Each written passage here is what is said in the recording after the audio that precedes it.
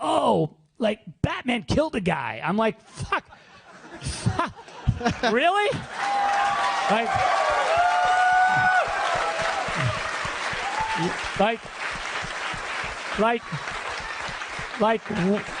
I'm like, wake the fuck up. It's like, yes. It's like, yes. You know, bruh. You know, you crazy sons of bitches, you did it. You really gone and done it. There's no way in hell I'm going to be able to, you know, do something on a quick basis to turn something like this into, you know, what would you say, a news show or something like that, because, you know, I just don't work that way. I spend a lot of time in post-production and things like that, and, you know, it's just not something I do. But I did want to touch on something fairly quick while it's still in the news. The Justice League Snyder Cut is finally going to be released in 2021. And you guys are fucking nuts. I mean, like, do you honestly believe somewhere out there that the Snyder Cut is going to be better than what we already had? What we had was shit. But remember Batman versus Superman? It was shit. So we're going to get, you know, a Snyder Cut of the Justice League, and somehow it's going to be better. Come on, guys. You know, usually on this time I'd be doing a sketch or something before the opening scene, but, you know, this news cycle has been taking care of that for, you know, a lot of reasons.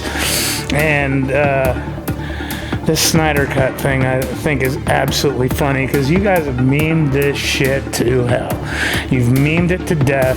The whole release the Snyder Cut is about as ridiculous as it gets. And while it was funny there for a while, I mean, I'll watch it. You know, it'll be an epic review, I can tell you that. But come on. I mean, like, we're talking Zack Snyder here. Back in 2008, he said this. He said, everyone says that about Batman Begins, Batman's dark. I'm like, okay, no, Batman's cool. He gets to go to a Tibetan monastery and be trained by ninjas. Okay, I want to do that. But he doesn't, like, get raped in prison or anything like that. That could happen in my movie. If you want to talk about dark, that's how I'd go. That's Zack Snyder. I mean, come the fuck on.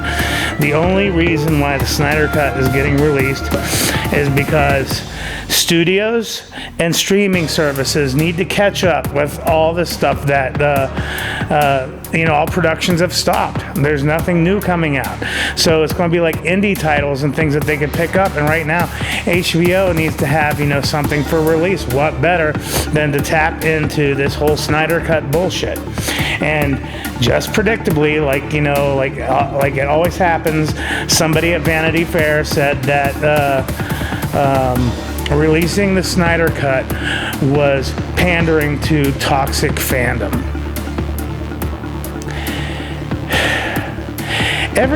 Once a couple times a year, we get people talking about toxic fandom, and it's a rather smooth-brained notion. You know, people who bring up stuff like toxic fandom or toxic masculinity or things like that, they're the same people that will oftentimes also use Harry Potter references as an allegory for politics. And I'm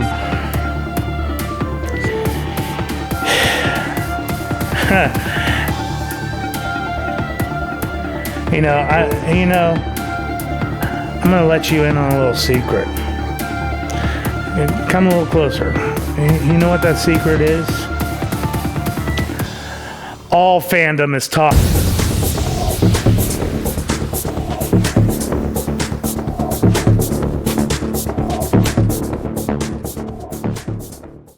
I'm like, that's cool, but you're living in a fucking dream world, okay?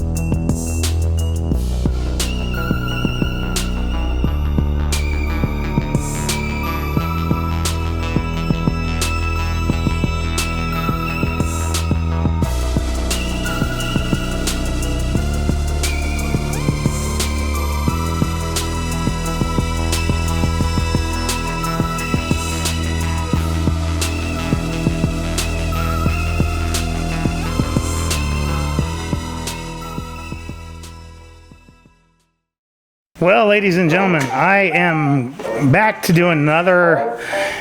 What is this shit? This is episode 7. I just did like episode 6 like 2 days ago, so like, I don't even know. Anyway, today I've been having these sit in the garage. I thought I'd do another unboxing of... yeah, it's upside down, isn't it? Yeah. We're going to do another unboxing of some... Comic Vantage boxes. If any of you, I don't want to recap every one of these videos. People always recap the details of Mystery Box. Just look that shit up. It's like, I'm wasting my time talking about ways to waste time here on YouTube. Anyway, no slight on Comic Vantage, because Comic Vantage has been cool. I've opened up several on their boxes, and this is, you know, like, I have no idea how many I've opened up now. But these are 2 more from last month's season. They sold out. They sold out, like... in like less than a week this time. They're really getting popular. So like there won't be any more for sale until June 1st. So yeah, if you're really wanting to try these out, my suggestion is to hop on it, you know, like within that first couple weeks. So anyway, Comic Vantage, I forget what season this is. But yeah, this time I hope we won't have as many problems last time. And so like, let's get the thumbnail out of the way. Okay, so like that's, okay, that's that. So let's do this, shall we? And take 2. Let's do this, shall we? Well, already, I can see one of these is signed. Let's see. This one only has 1 sticker. This one has 3 stickers, so we'll open that one first. Yeah, let's do that. Okay, so like this first box has 3 stickers. This first box has like 3 stickers, and so usually that means that the hits on this are like a little bit lesser value because there's 3 of them. And that tends to be typical on these boxes, so I'm not going to expect much out of this one, but... oh, already I can see there's stuff here I like.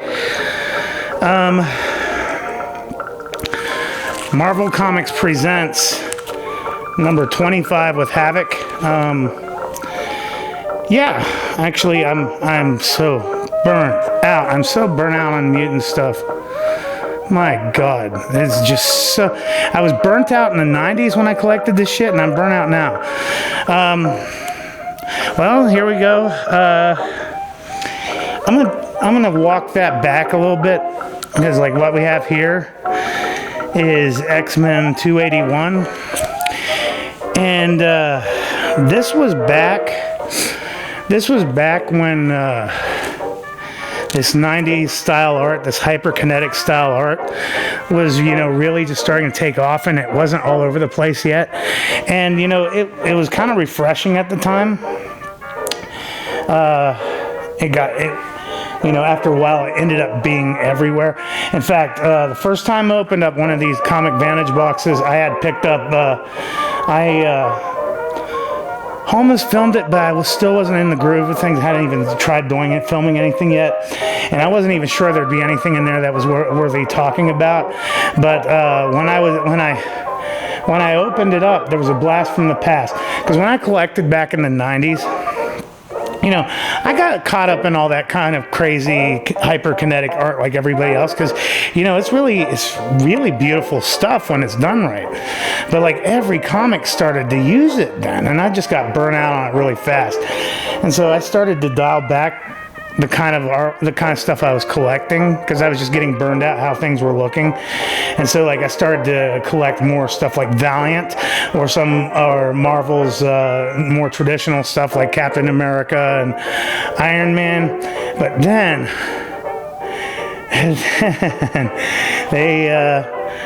they released Heroes Reborn, Iron Man #1 by Jim Lee, and I forget who else on it.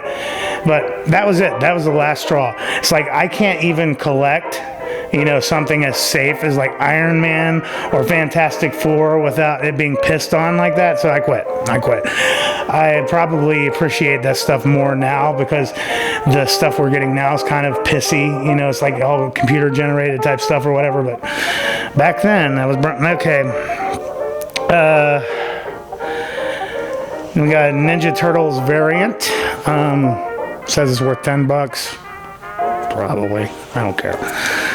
Okay, and then what we have here is a Luca Creole variant. I have no idea what this is for. It's I like it. That one I'm actually going to keep for sure.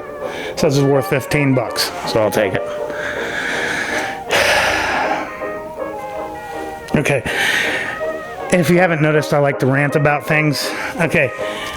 Morbius #1, signed by writer Vita Alea, or whatever. Look, I know that Sony is releasing the Morbius movie, and I saw the trailer when it came out earlier this year, and it's got that fucking cringe Lord Jared Leto in it. There's like no way in hell I'd like touch that movie with a 10-foot pole. I'll tell you what I'm going to do. I'm going to start setting some stuff aside. I'm going to do a giveaway once I get like enough viewers, maybe like 200, 300, I don't know.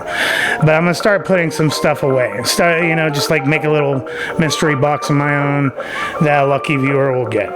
I don't like bribing viewers to subscribe or anything like that, but I'm not going to keep that. And I know that's probably not worth very much. So anyway, let's go on to the next box. The next box has one sticker in it, so that one typically tends to be a better hit. So let's see, the first one is Catwoman #46. Yeah, I'm not going to keep that. See that? I'm going to keep it. This is an image book, Imperial. I have no idea. I'll put it in my indie box, look at it someday. Zorro Rides Again by Dynamite. You know what? I'm gonna keep it. I'm not a fan of licensed books by any stretch, but I do like what Dynamite does, so I'm gonna keep it. It'll go in my indie box.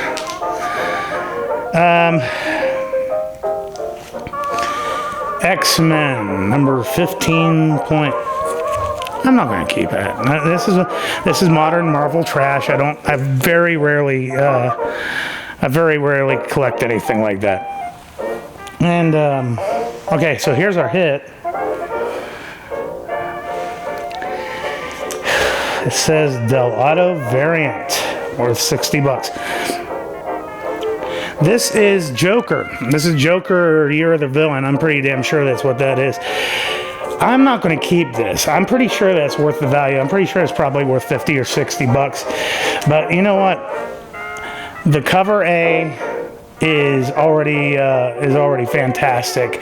But there was a retailer variant by Bolland that came out as an apology to retailers, and I got one of those, and I'm keeping that. I don't need any more Joker. I really don't.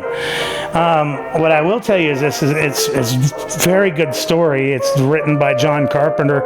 John Carpenter is one of my biggest influences, so I can highly recommend the book, but I'm not going to keep a variant. I have no need to.